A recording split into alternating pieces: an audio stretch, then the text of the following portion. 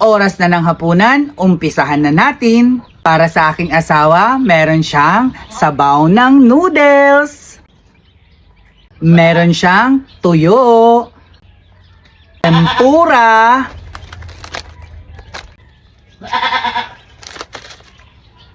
at kanin. Para sa aking anak, meron siyang sabaw ng noodles, tempura, at kanin. Para sa akin naman, meron akong noodles, 1-2 million. Tempura,